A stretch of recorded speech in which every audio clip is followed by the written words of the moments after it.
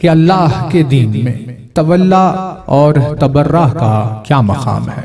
तवल्ला कहते हैं किसी से मोहब्बत करने को, तबर्रा कहते हैं किसी से नफरत करने को। रूए जमीन पर कोई इंसान ऐसा नहीं है जिसकी फितरत में मोहब्बत और नफरत न पाई जाए। रूए जमीन पर मौजूद हर इंसान किसी न किसी से मोहब्बत भी करता है और उसकी निगाहों में कुछ ऐसे भी लोग होते हैं जिनसे वो नफरत करता है। यानी मोहब्बत और नफरत करना फितरत का असासा है। तो जो तवल्ला और तबर्रा के खिलाफ बोलता है वो हकीकत में फितरत बशरी के खिलाफ बोलता है।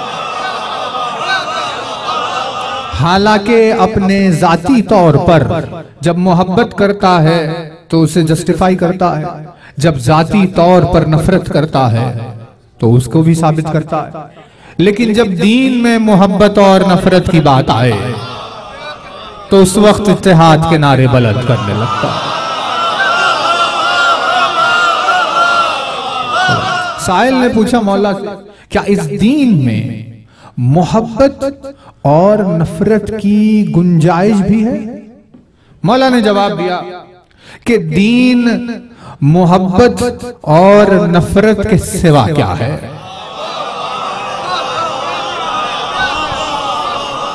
दीन शुरू होता है जज्बे से, जज्बा बाद में ढलता है अमल में।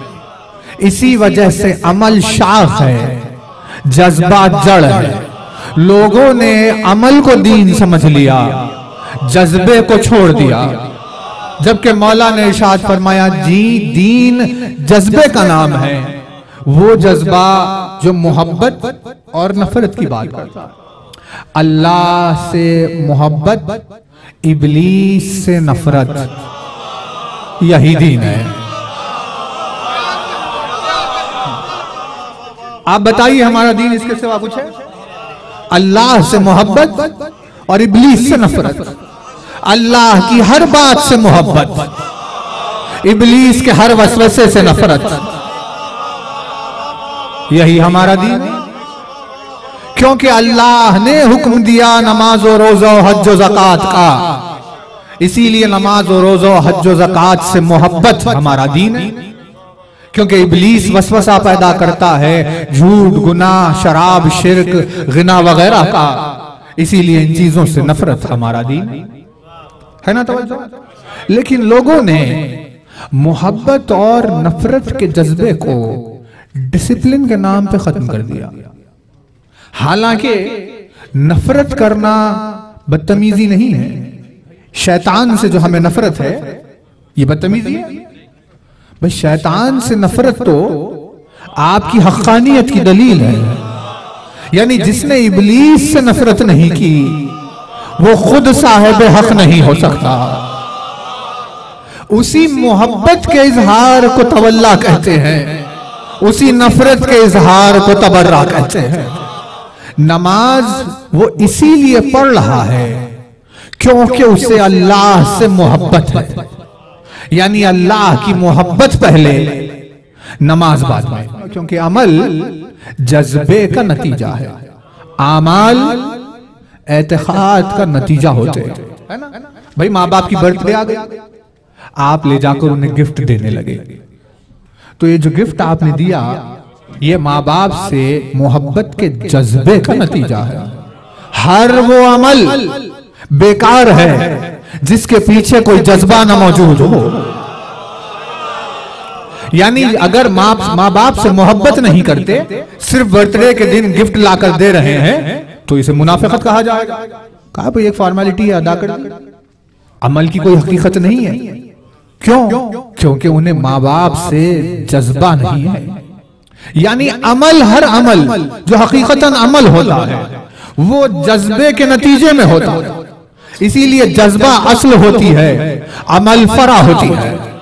उसूल दीन एतकाद है, फुरूए दीन आमाल है। आमाल की कीमत नहीं है उस वक्त तक जब तक एतकाद ना हो। वही एतकाद में दो जज्बे दीन है, एक मोहब्बत है, एक नफरत है। किसी ने बाप से गुस्ताखी की तो आपने उसे मारा, ये बदतमीजी है। क्योंकि आपका बाप की उल्फत के साथ जो जज्बा था, इसीलिए इस जज्बे ने मजबूर किया कि बाप के खिलाफ जो भी आएगा मैं उसके खिलाफ रहूंगा। और यही उसके हकीकी बेटे होने की दलील होता है।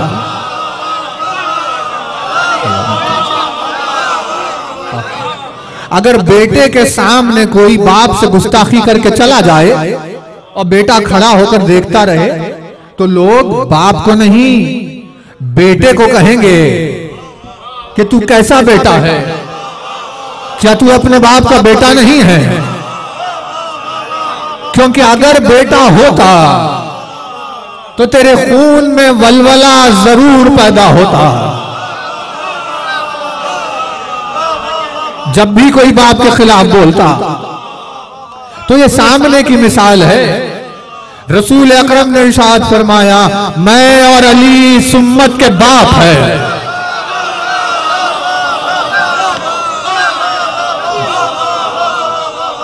मैं और अली इस उम्मत के बाप है। उम्मतियों में हकीकी बेटे वही है जो अपने बाप के दुश्मनों से तबर्रा करते हैं।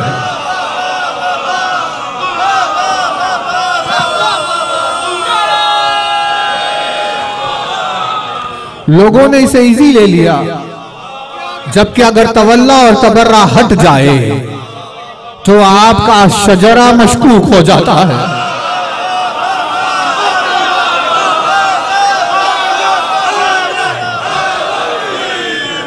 भाई तवज्जो रहे, वो मशकूक हो जाता है क्योंकि सर्टिफिकेट पर फादर्स नेम लिख देने से सच्चा बेटा होना साबित नहीं होता।